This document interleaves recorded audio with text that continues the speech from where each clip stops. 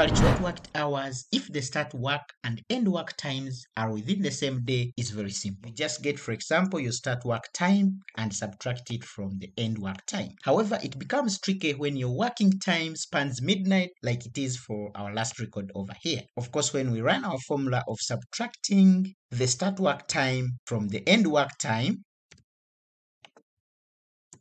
and drag this formula down over here, we shall get an error in our last record over here. The reason being that the working time spans midnight, meaning that the clock-in time starts in one day and ends in the next day. So to fix or correct this error, you need to write a formula using the if function that will enable you calculate times that span midnight, especially for shift. If that is the situation on your side, subscribe to my YouTube channel and watch the next video on how to write the formula that will enable you calculate working hours for times that span midnight, especially if you have shifts.